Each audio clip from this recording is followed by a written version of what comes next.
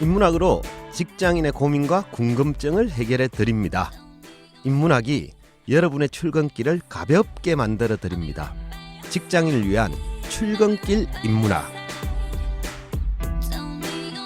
제74화 갑자기 질병이 찾아왔을 때.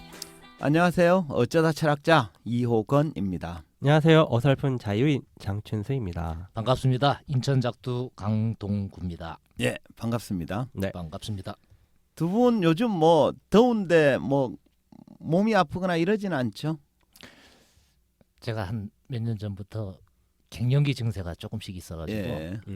땀을 좀 많이. 아, 그래요. 저도 특히 머리에서, 그렇죠. 얼굴에서. 저도 원래 땀을 안 흘리던 체질이었는데 요즘 들어서 유달리 땀이 많이 나고, 저 예전에 자유님이랑 이렇게 먹으면 저는 땀 전혀 안 흘렸거든요. 근데 자유님이 땀이 많아요. 저는 지금 한 아니, 40년 넘게 예, 그 생활을 하고 있습니다. 이분은 태생이 그렇고 냉면 네. 먹다가 땀 흘리는 그러니까. 인간이거든, 저 인간이. 근데 제가 간혹 이 자유인처럼 바뀌었구나 뭐 이런 생각이 들 때가 있더라고요. 네, 조금씩 이렇게 안 좋아지는 전조 증상들이 그쵸? 있는 거죠. 예, 그 정도 가지고 뭐 아마 이런 분 많을 것 같아서 오늘 주제를 이렇게 잡아봤습니다. 갑자기 질병이 찾아왔을 때. 네. 근데 여기서 질병은 신체적 질병만을 뜻하는 건 아닙니다. 뭐 갑자기 인간관계가 나빠진다거나 이런 관계적인 병이 걸리는 걸 포함한 개념입니다. 그래서 한번 물어볼게요. 두 분은 갑자기 살면서 몸에 뭐 질병이 생기거나 좀 친한 관계에서 관계가 뭐 좀 확 나빠지는 질병이 찾아오거나 이런 적 있습니까? 이게 참 감사했던 게 저는 DNA가 좋은 건지 모르겠지만 특별한 질병을 없었고 갖고 살아오진 않았어요. 예. 거기다가 특별히 다치지도 음, 잘 안 했던 이런 거에서 참 감사한 건데 예. 관계적 질병은 예. 많았죠. 아, 그 중에서 제일 좀 심각했다라고 얘기를 한다면 제가 여러 가지 형태의 작두를 좀 타다가 아내하고의 관계가 거의 시한부까지 아. 갔던 그런 예. 시절이 좀 있었죠. 그래서 그때 기분은 어땠습니까? 좀 이거 디테일하게 물어보기 좀 그렇긴 하네, 그죠? 쌍방간에 굉장히 힘이 들었죠. 예. 예. 어떻게 극복하셨어요? 비결, 어. 무릎 꿇고 빌었어. 빌기. 예. 잘하는 주특기네요, 그죠? 예. 묻어가기, 그죠? 예. 뭐 싹싹 빌기 예. 이게 두 가지 주특기인데. 근데 이제 아내가 알아버렸어요. 무릎을 딱 꿇고 예. 어느 때는 막 눈물도 흘리면서 예. 해왔었던 거가 시간이 지나면 꿇었던 무릎은 펴지고 아. 흘렸던 눈물은 마르고 라고 하는 거를 딱 알더니 이제는 잘 안 통해. 약발이 잘 안 통해요. 안 통해. 그러네요, 그죠? 이제부터는 조심해야지 뭐. 그지? 맞아요. 방법이 없어요. 자연님은 어떠세요? 저는 되게 많았어요. 어. 그래서 뭐 이렇게 장염으로 되게 고생하기도 하고 위궤양 이런 걸로도 한참 고생하고. 그렇지. 네. 헬리코박터 뭐 이런 거, 네, 그죠? 그 치료하고 나서 엄청 좋아졌죠. 헬리콥터는 치료해야 되더라고요. 그렇죠. 어쨌든 뭐 그런 것도 있고 또 가장 좀 그랬던 건 그 저보다 한참 선배이신 두 분도 네. 그게 안 왔는데 제가 한 2년 전인가 어깨가 망가져가지고 50견. 몇 개월 동안 이렇게 주사 치료 그랬지. 받고 지금은 이제 괜찮아졌는데 뭐 그런 것도 있고 관계에서 질병이 찾아오는 경우는 뭐 지금도 계속 종종 있기도 한데 뭐 심각하게 있었던 경우는 주로 그냥 연을 끌어버리니까.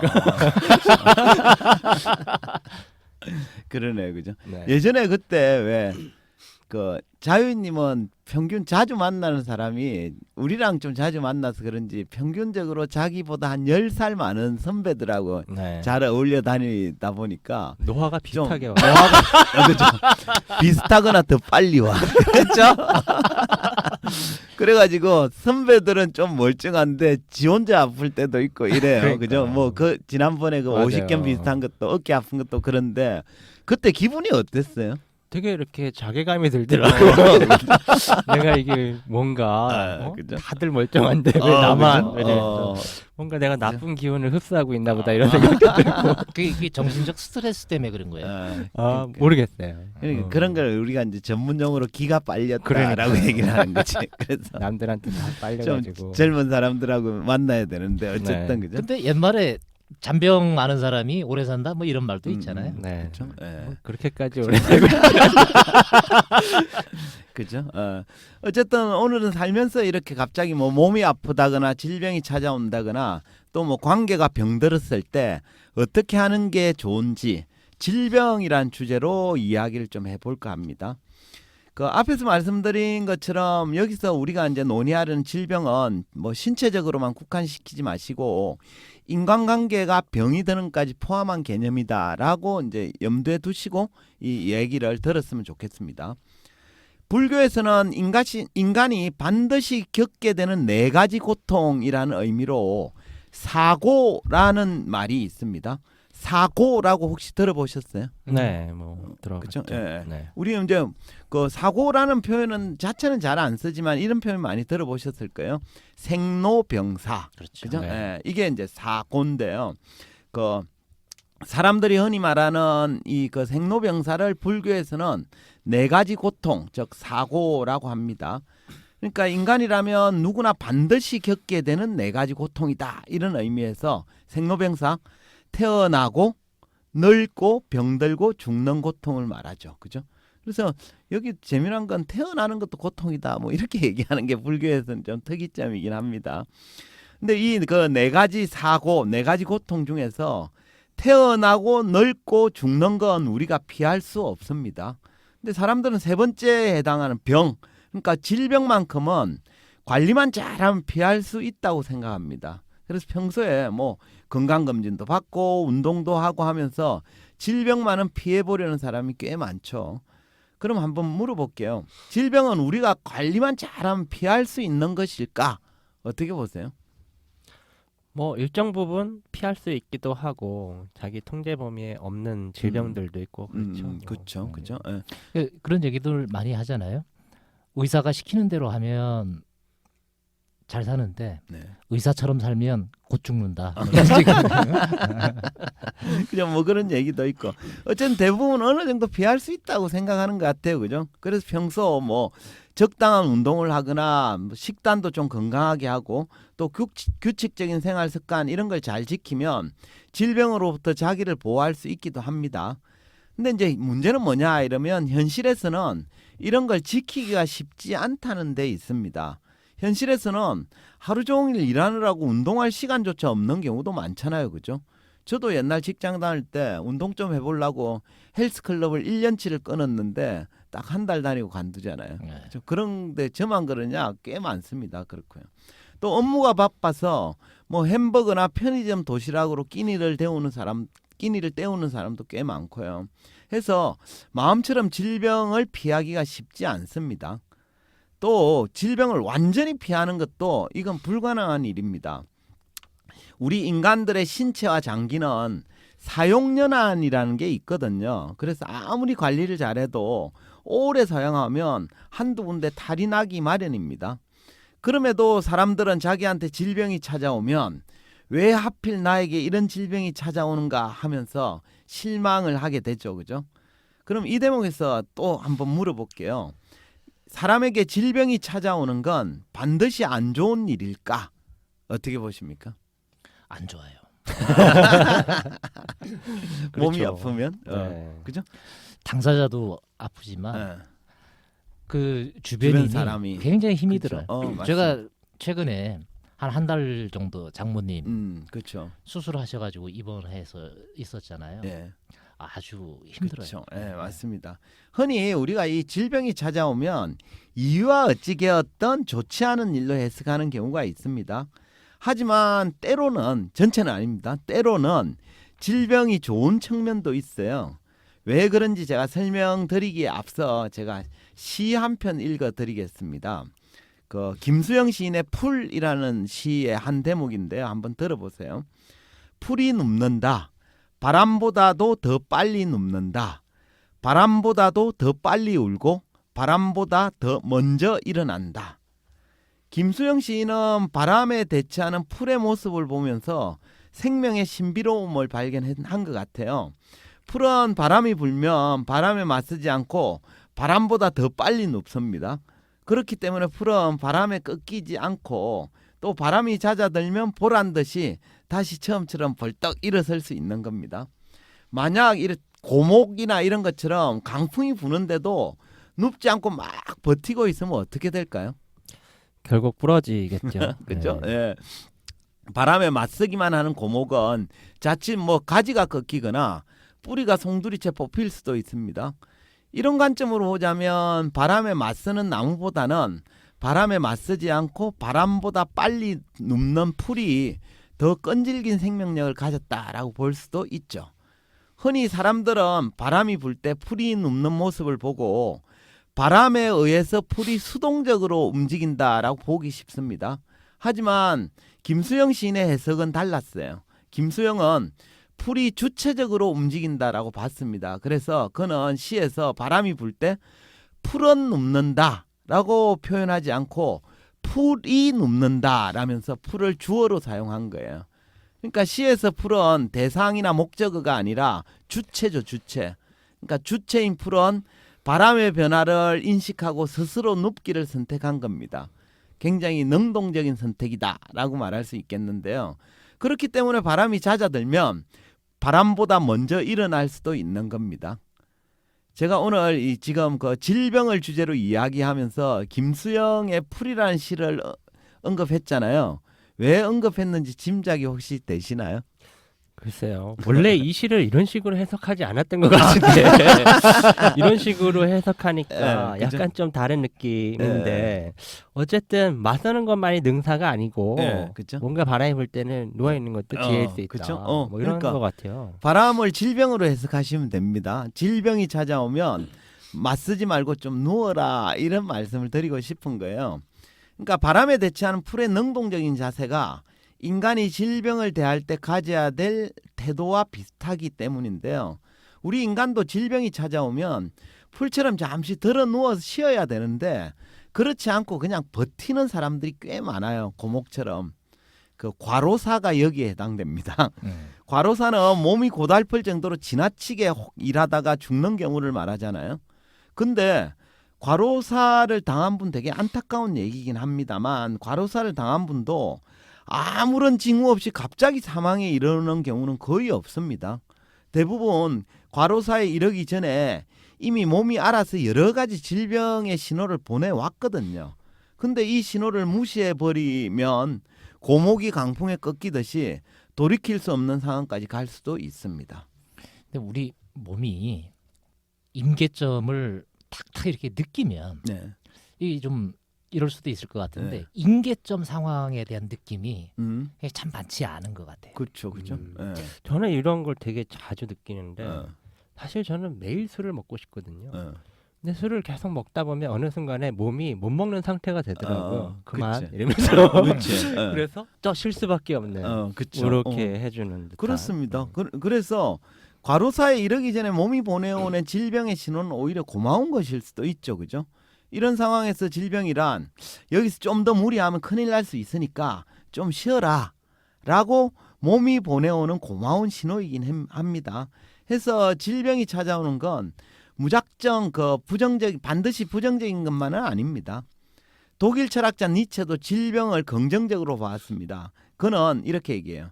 질병은 사람을 개선한다 라고 주장을 하면서 질병이 오히려 자기를 개선시킬 수 있는 좋은 기회라고 봤습니다.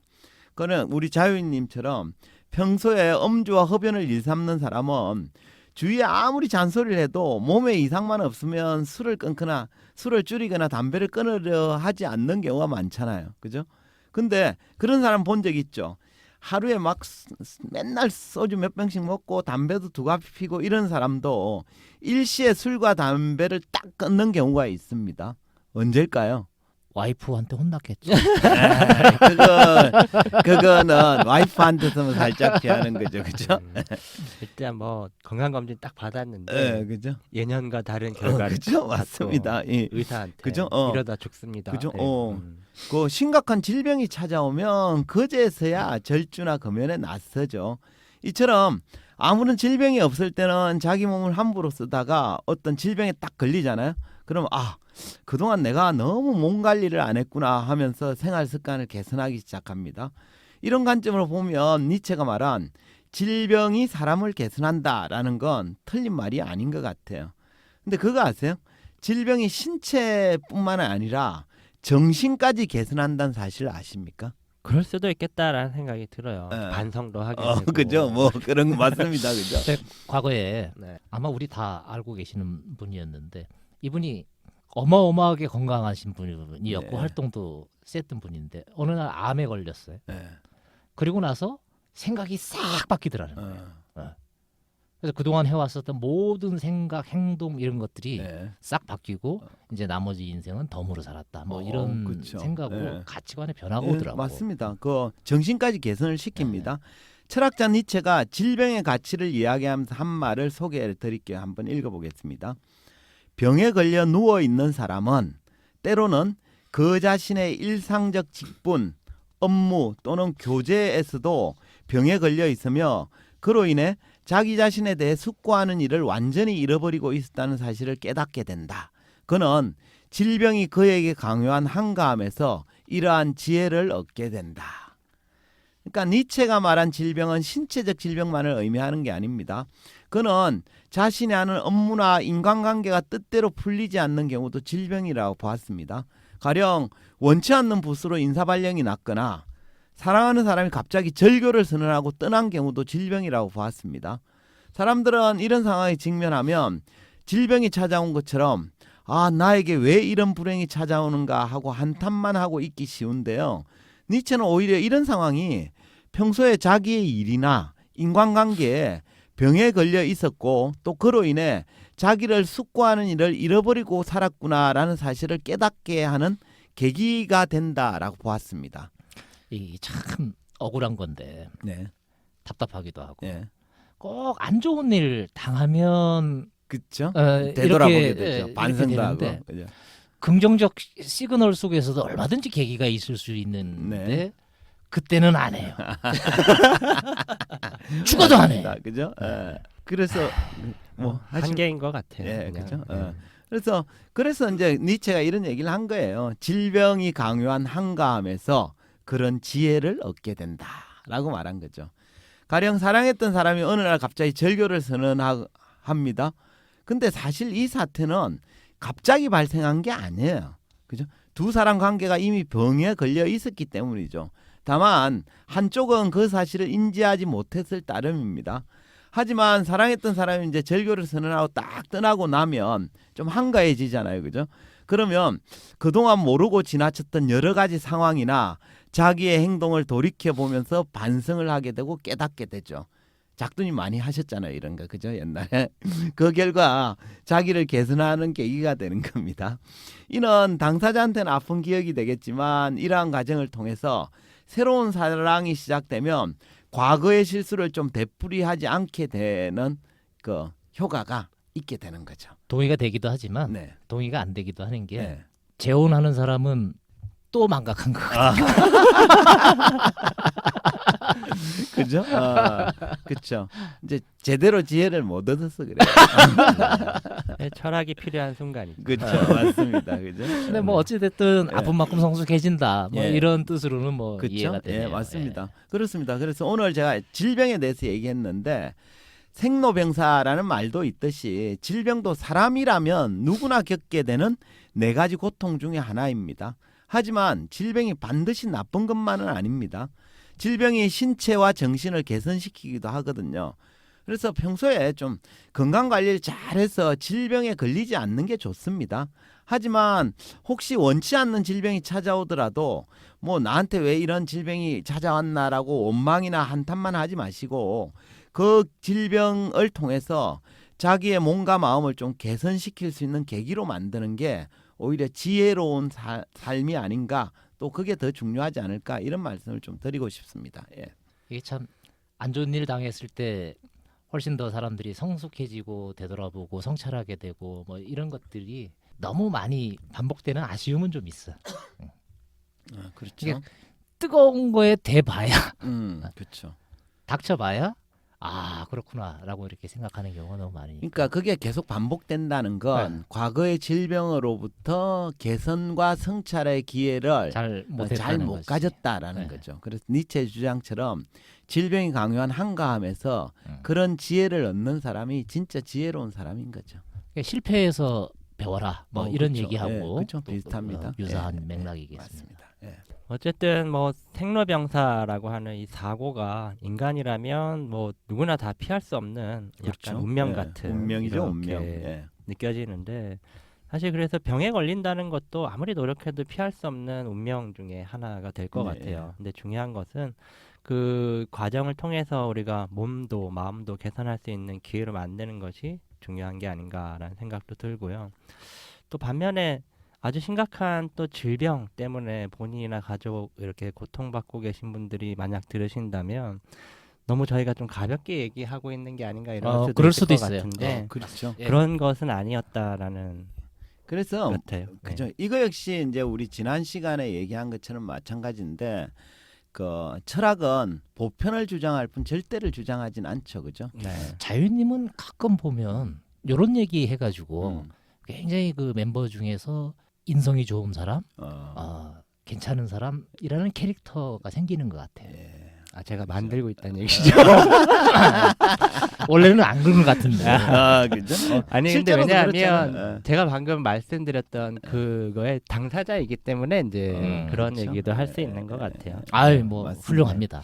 니체가 이런 얘기를 했어요. 그 고통이 인간을 성숙시킨다 이런 얘기랑 연장선상에 있는 얘기인데 니체 얘기를 쭉 풀어보면 이제 그 절대를 주장하는 건 아니죠. 그래서 니체가 이런 얘기를 한 바가 있습니다.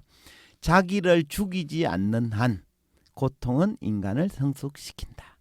그러니까 제가 질병 얘기를 하면서 그냥 큰 질병, 돌이킬 수 없는 질병이 오기 전에 사소한 질병들에 대해서 지혜를 얻으라라는 거고, 그걸 이제 얻으면 큰 질병이 오는 걸 좀 막아낼 수 있겠죠. 네. 근데 이제 우리가 그 질병을 전체를 그냥 동일한 것들로 놓고 모든 질병이 지혜를 주고 삶을 개선시킨다라고 얘기하지는 않는 거예요. 그러니까 이 얘기가 모순되는 얘기가 아닙니다. 그러니까 우리가 평소에 살 때 아주 사소한 질병이 찾아왔을 때 그죠? 그걸 잘 활용하는 지혜가 있으면 큰 질병도 막을 수 있는 거고, 그렇다 하더라도 완전한 질병, 생로병사는 막지 못하는 거죠. 그렇죠? 예, 그래서 우리가 사소한 질병에서 지혜를 얻는 게 중요하겠다. 이렇게 말씀드리겠습니다. 아주 타당하고 일리 있는 얘기였습니다. 그럼 정리를 할까요? 예. 오늘 자유인님이 작두님이 자유인님을 굉장히 존경의 눈초리로 저런 얘기를 내가 했어야 되는데 눈에서 하트가 막 나오죠. 이렇게 보는 것 같으네요, 그죠? 만회할 기회를 드리겠습니다. 한 줄 평에서 만회하면 되죠, 뭐. 한 줄 평 부탁드리겠습니다. 아니 근데 오늘 얘기를 이렇게 들으면서 찔린 게 네, 제가 대학교 때 불교학개론 네, D를 맞았거든요. 예. 말씀 나온 거에 번뜩 드는 생각이 생로병사에다가 인간이 가지고 있는 마음의 고통 4가지 더해서 8고 이렇게 예, 이야기를 네네. 하잖아요. 그 중에서 원증회고라고 하는 게 있죠. 싫어하는 대상을 피할 수 없는 곳에서 필연적으로 계속 만나는 고통이에요. 네. 네. 그래서 직장인 버전으로 네. 이 말씀으로 정리하고 싶습니다. 예. 직장 생활하면서 원증회고의 대상이 혹시 내가 아닌지 살펴봅시다. 좋습니다. 그러니까 남에게 고통을 주는 대상이 아닌지 살펴보자는 말씀이네요, 그죠? 좋습니다. 자유님. 네. 저는 이렇게 하겠습니다. 때로는 질병이 우리에게 전해주는 이야기에 귀를 기울일 필요가 있다. 예, 좋습니다. 질병의 신호에 귀를 기울이자라는 거네요, 그죠? 좋습니다. 오늘은 갑자기 질병이 찾아왔을 때라는 주제로 이야기했습니다. 흔히 사람들은 질병이 찾아오면 이를 부정적으로만 해석하려는 경향이 있는데 질병의 긍정적인 면도 존재합니다. 질병이 찾아왔다는 건 무리하지 말고 좀 쉬어가라라고 라며 몸이 보내오는 신호일 수도 있습니다. 니체는 질병은 사람을 개선한다 하면서 질병이 오히려 자기를 개선시킬 수 있는 좋은 기회라고 보았습니다. 그는 또 질병이 강요한 한가함에서 그런 지혜를 얻게 된다 하면서 질병이 삶을 좀 되돌아보고 숙고하는 계기를 만들어 준다고도 했습니다. 평소에 건강관리 잘해서 질병 걸리지 않도록 예방하는 것 중요합니다. 하지만 원치 않는 질병이 찾아왔더라도 원망이나 한탄에 머무르지 않고 자신의 몸과 마음을 개선하는 계기로 만드는 것은 더욱 현명하고 지혜로운 방법이 아닌가 싶습니다. 질병이 삶을 개선한다라는 사실을 좀 잊지 말았으면 좋겠습니다. 이것으로 직장인을 위한 출근길 인문학 제74화를 마치도록 하겠습니다. 저희는 다음 시간에 다시 찾아뵙겠습니다. 네, 건강하세요. 감사합니다. 감사합니다.